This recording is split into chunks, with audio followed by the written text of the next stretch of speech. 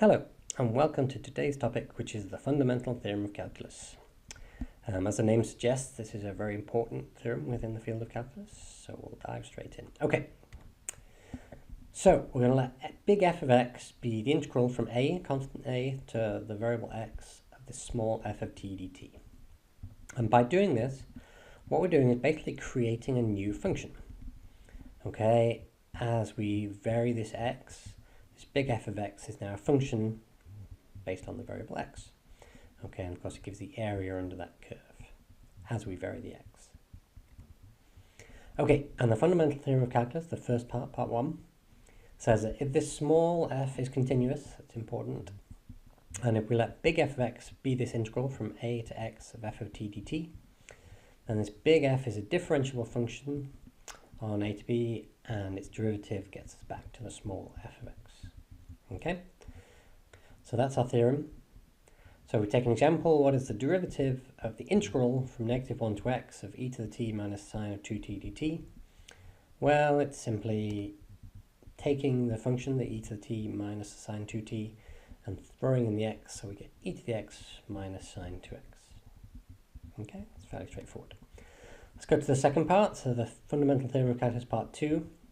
And again, small f is some continuous function, and we're letting big F be any antiderivative, and we'll see how we can sort of use the particular one in a moment. Then the integral from a to b of small f of x is simply big F of b minus big F of a. Okay, so we want to just integrate from 1 to 2 of 2x plus 3. Okay, so our small f is 2x plus 3, so our big F is going to be x squared plus 3x plus c. And notice we can pick this c to be whatever we want.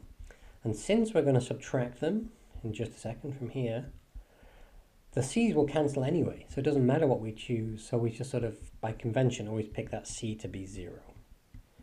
Okay, because the c is 0, it's going to disappear anyway, so it's easier just to kind of pretend it's not there. And so we get big F of 2 minus big F of 1, so we plug in the 2 to this x squared plus 3x, we plug in the 1 to the x squared plus 3x, and we get 10 minus 4, which is 6. Okay, we can use this second part of the fundamental theorem to find, say, a displacement. Okay, so we'll keep this nice and simple. Assume some object is traveling along a straight line with this velocity given here. Velocity is minus 32t plus 200, and it's going from 0 to 10 seconds, I guess that would be in this case. And we wish to find the displacement of the object. Well, from what we know about velocities and distances and displacements, that's going to be the integral from 0 to 10 of v of t dt. And of course, we just plug in what the v of t is. So that's the integral of minus 32t plus 200 from 0 to 10. Integrating that, well, we have kind of a power rule now for integration. We add 1 to the power, divide by the new power, so this becomes t squared over 2.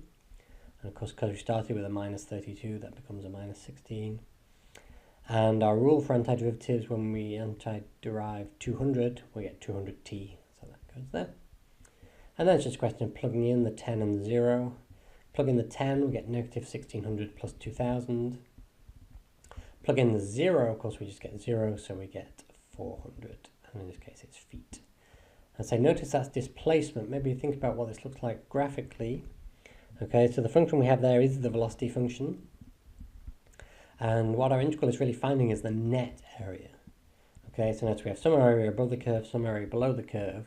So the area we found there, that 400, is really this area minus this area. Okay, and that gives us our displacement, how far away we are from where we began. Okay, we can sort of combine the fundamental theorem and the chain rule. Okay, so we know that the derivative of big F is little f. Okay, now we're going to have big F of g of x instead of just big F of x. So of course, from what we've seen, big F of g of x must be the integral from a to g of x and the small f of t. Okay, but what is the derivative of this now? Okay, what is the derivative of f of g of x? Okay, well, we'll use the chain rule. Okay, we've seen before that we have a function of a function that we wish to derive. We can use the chain rule. So doing that, the derivative of f of g of x is going to be big F prime of g of x multiplied by g prime of x. Okay, we've seen that before, and of course we can also write it in this form. Small f of g of x multiplied by g prime of x. So we just bring this over the page and take an example. Let's find big F prime if big F is the integral from -3 to 2x squared plus 7 of sine of t dt. And actually, when we get practice to this is pretty straightforward. So using our chain rule, so what this says, we take big F prime, which is of course your sine of g of x, which is 2x squared plus 7. So we get sine of 2x squared plus 7, right? This is our F prime of g of x. And then we multiply by the derivative of that g, which in this case is just 4x. Okay, so this is our g prime here. Okay, so just a couple more theorems we're going to see before we finish.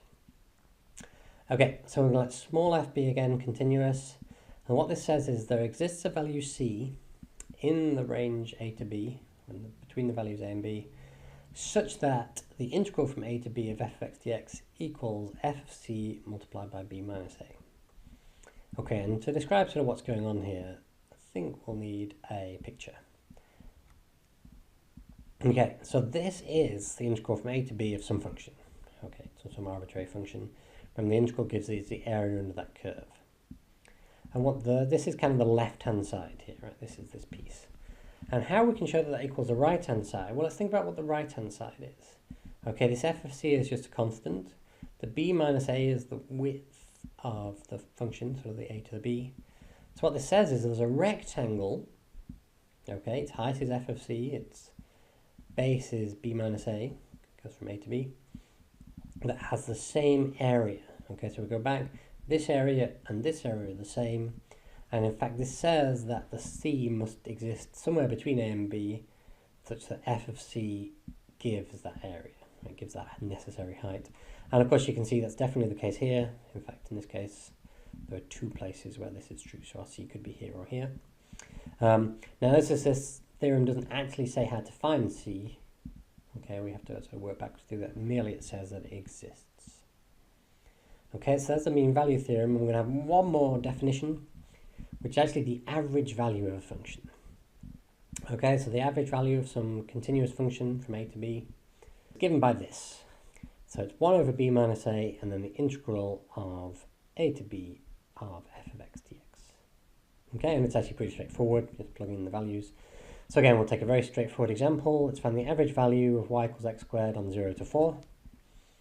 Okay, well, it's simply given by this. So it's 1 over b minus a, then integrate from 0 to 4 of x squared. And of course, we can calculate that.